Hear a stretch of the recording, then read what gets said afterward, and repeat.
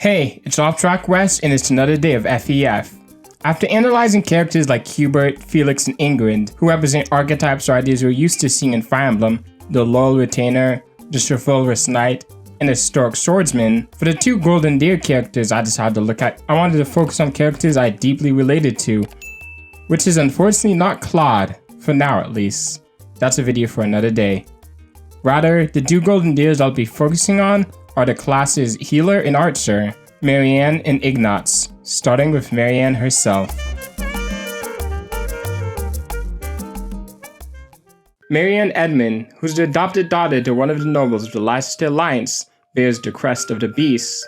Maurice, her ancestor, was an original bearer of the crest. He had turned into a demonic beast and it was erased from history, with his lineage going into hiding due to his legacy and the rumors surrounding him. This, along with the disappearance of her parents, leads her to believe her crest causes misfortune to come to others, and is one she describes as a curse, something that she was born with that she can escape from. What I'm trying to say is, you should keep your distance. I'm more trouble than I'm worth.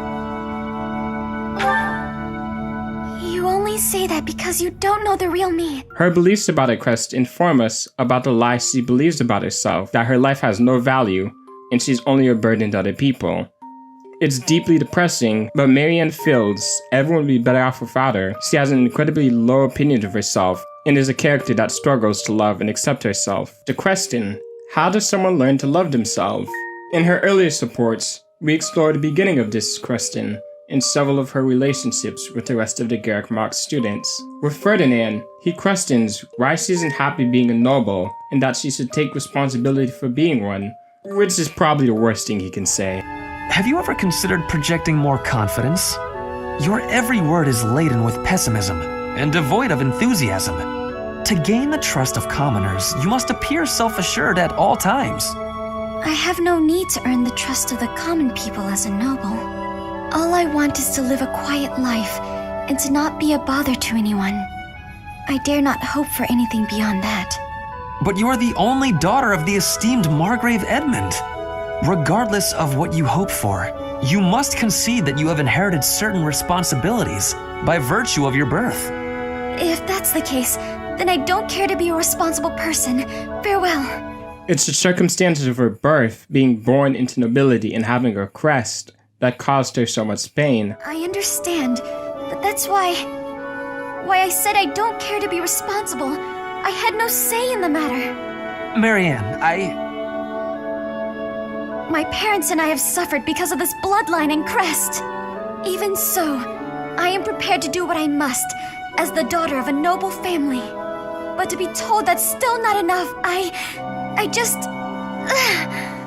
Later he apologizes and encourages her to find a way to move forward. His answer is for Marianne to find a purpose, even if she feels so low about herself. well, each person is born with a purpose. We must fulfill that purpose, no matter our circumstances. It imbues our lives with meaning and direction. That is what I believe anyway. Everyone has something they are meant to accomplish. That is true for nobles, commoners, even bandits. I see. So that's what you believe. Do you really think it's possible that someone like me has a purpose to fulfill? Yes, of course. Oh. I'll give this some serious thought. Thank you, Ferdinand. Your words have deeply moved me. Is that so? How wonderful. I will pray that you find the answers you seek. Finding a purpose to devote herself to will help her deal with her circumstances and change how she views herself. In their A support, we see the result of that, with Marianne being a generous and attentive person, even if it's doing something as small as taking care of animals or serving people food. Being so stuck on her low self-image keeps her focused on things she can't do, instead of her actually doing anything to change. In finding a purpose, Marianne is taking the first steps to having a more positive outlook on herself. Having a positive outlook is really all about Marianne challenging the presumptions she has about herself. This is something that shows up in her support with Lysithia, where she's needed for medical treatment. There's been an accident at the training grounds. A spell gone amok. Come on, we need all the help we can get over there. Oh no, but I don't know how We could really use your help before things get out of hand. Come on, hurry!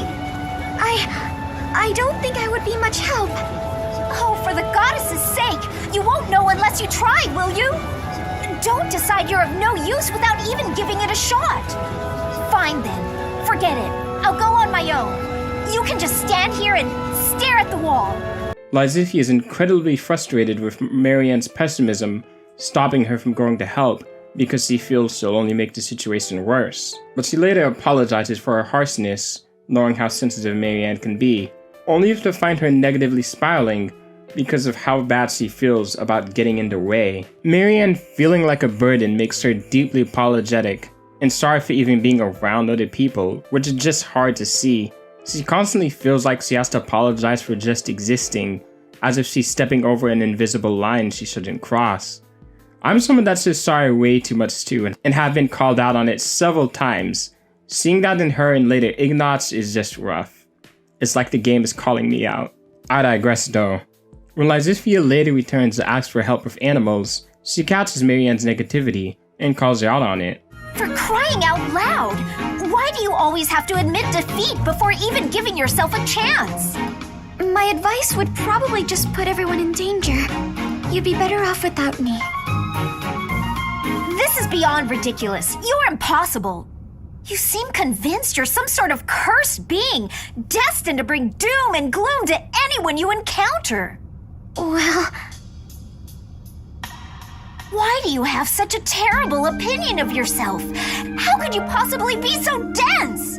Marianne's pessimism causes her to stop interacting with other people because she always assumes they would be better off without her. With Leonie and their C support, her low self-esteem initially pushes Leonie away, almost becoming a self-fulfilling prophecy. But what she needs to learn from Lizithia is to have a better self-image so she can carry on. If she's constantly beating herself down, she'll never be able to grow into someone who can love herself. And what especially sticks out in this support is Lizithia telling her the present is the moment to act on this. If she's constantly thinking that tomorrow or the future is going to be a time for her to change or face herself, that time will never come because she has people in front of her and around her that are going through similar struggles that can understand, encourage, and be alongside her. But by looking down on herself, Marianne struggles to make those relationships and fails to realize people generally care for her, are looking out for her, and can empathize with her. Like how Claude shares with her his own burden, being uttered by people around him, but not letting that stop him from being the person he wants to be, and encouraging her to do the same. So the young boy was treated horribly by everyone around him. He hadn't done anything wrong. Everyone hated him simply for existing. Yelling, fighting back, explaining himself. Nothing he did could change his situation. When he was finally old enough, he ran far away from home. He escaped. It sounds to me like he had no choice. I would have done the same had it been me. Thing is, after he ran away, he still found himself in the very same position. People in the outside world hated him for where he came from. Well, now that's... The boy thought he had no place to go. All he could do was destroy the boundary between the inside and the outside worlds. Destroy the boundaries? Right. If there was no outside and inside, just one side to share, then the people outside wouldn't have a reason to hate him anymore, right? It wouldn't be easy, but if he managed it, he could shrug off that burden. The point is, people are born with burdens to carry. That much is undeniable. But whether they bind us or we cast them aside, that's up to us. So I think you should try to cast yours aside, Marianne. Put that heavy burden down. It's time. But I don't know if I can do it. It's okay. I'm here for you. We're the same, and I can help you. One of the most important relationships Marianne can form is with Dimitri. In her support chain with Dimitri, she's at first apologetic to him for putting Dimitri and their soldiers in danger. I would never regret helping an ally, even if it meant losing my own life. No, that's wrong. How so? It's just all wrong. You have my thanks for helping in the battle, Dimitri. But I'm afraid I have to ask that you keep your distance from me. Marianne is once again feeling sorry for being alive, thinking saving her was a burden, when for Dimitri it was only natural, and low-key his survivor's guilt. He would have never left an ally in danger. It's here we see her low self-image almost pushing someone away, asking Dimitri to stay away from her. But Dimitri continues to look out for her. After she explains why she put the distance between them, feeling as though she'll bring misfortune, we see something interesting. But misfortune finds us all. Perhaps those around you have suffered or even perished, but look at you. You're still here, alive and well. That's... It doesn't feel good, does it? To be the one left behind? You feel guilt for not dying along with the others. How did you know? You and I are the same. Maybe you should fear being cursed with misfortune for coming near me.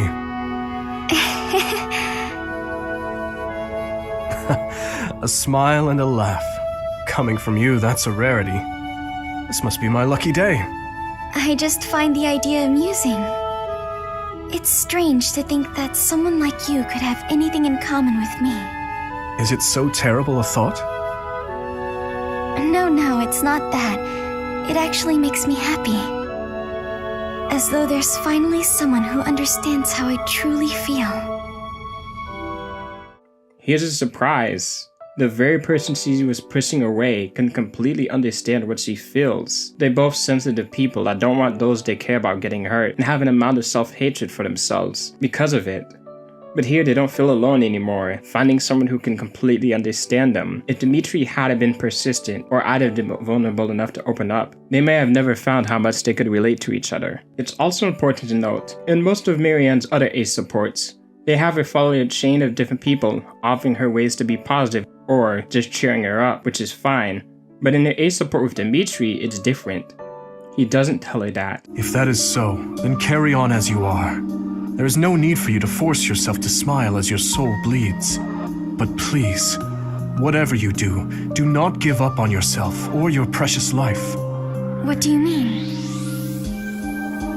If you were to die, I would be devastated. You never have been easy to read. Is that so? Everyone says that I need to cheer up. But you may be the first person to tell me not to. Your life must also be difficult for you to understand my position. Both of them had difficult lives full of trauma and self-hatred and can uniquely relate to each other.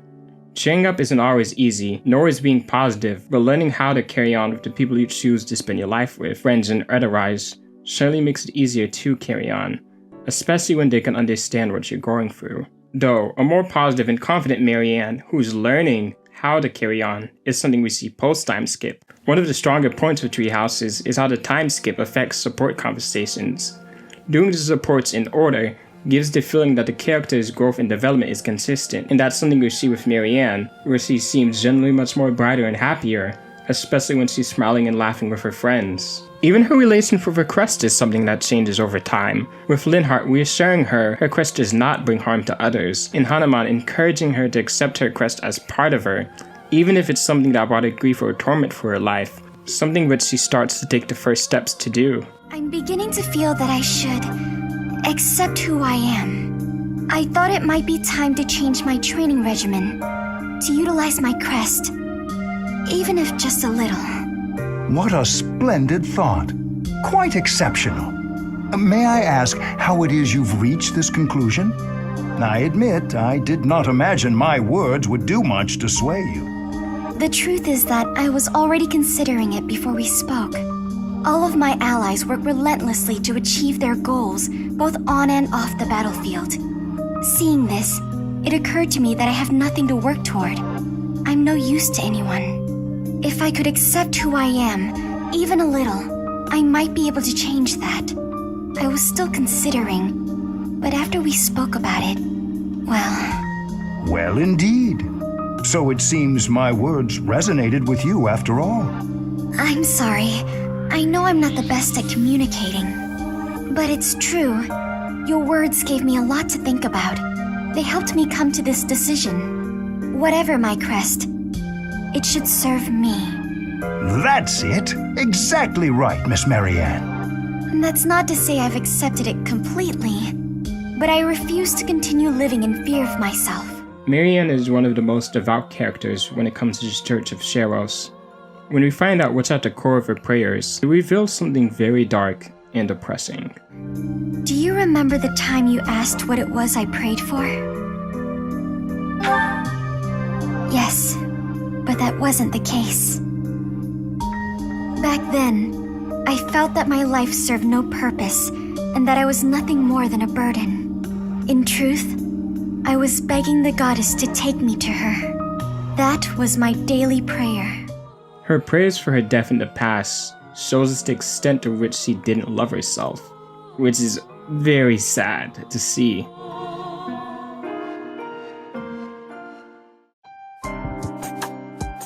But the fact that she was able to find a support system in her friends, people who she can relate to, a purpose to strive for, or even simply have a positive outlook to overcome the pit that she was in, is probably one of the most powerful experiences I had following a character in Three Houses, and why she's one of my favorite characters in general.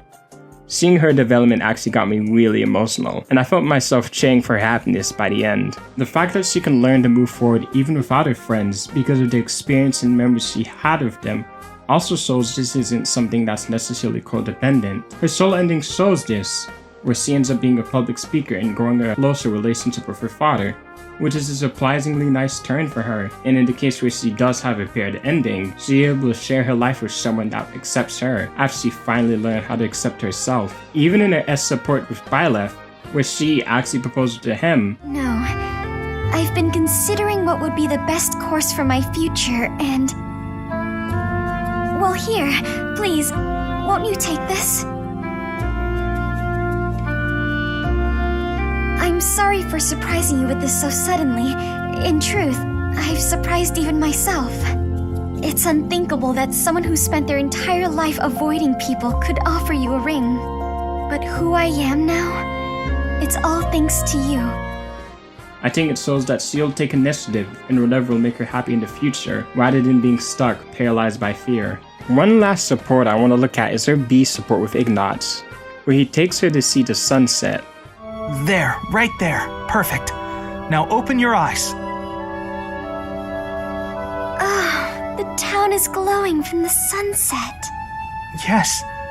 Isn't it beautiful? Very much so.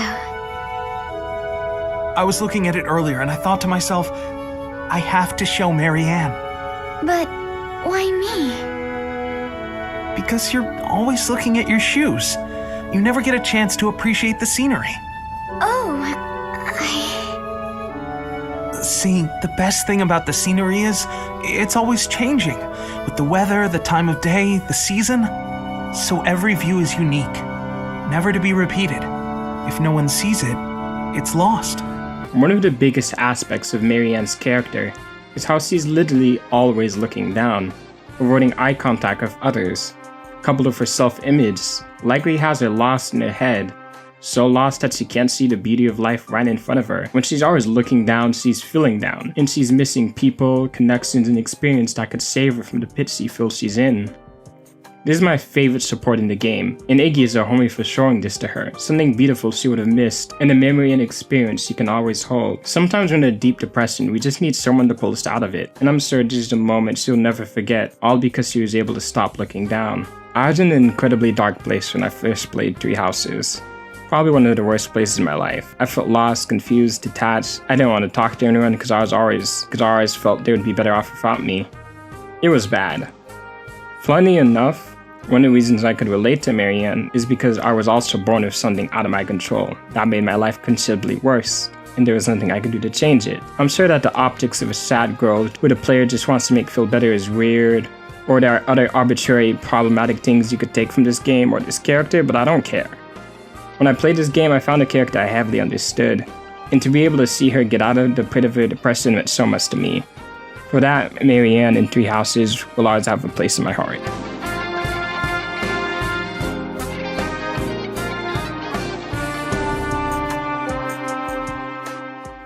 Alright, this was an interesting one. Hope you guys enjoyed this video. We're going to be following up with Ignatz's videos soon. Please like, comment, subscribe, and keep following us for more theft.